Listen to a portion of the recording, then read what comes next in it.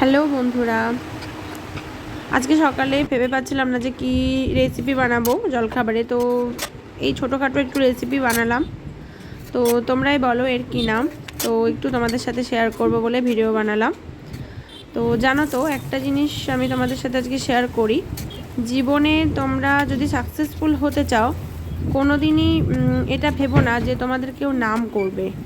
কারণ তুমি যতই ভালো কাজ করো না কেন, তুমি একটুখানি খারাপ ব্যবহার করলে বা একটুখানি হয়তো রেগে গেলে পরে সবাই তোমার সেই ভালো যে কাজ সেটা ভুলে গিয়ে খারাপটাই মনে রাখবে।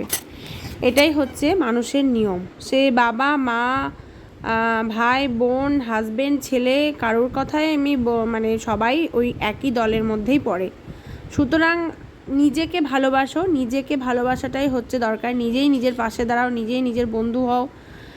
তো কারোর ওপরে কিছু ডিপেন্ড করো না।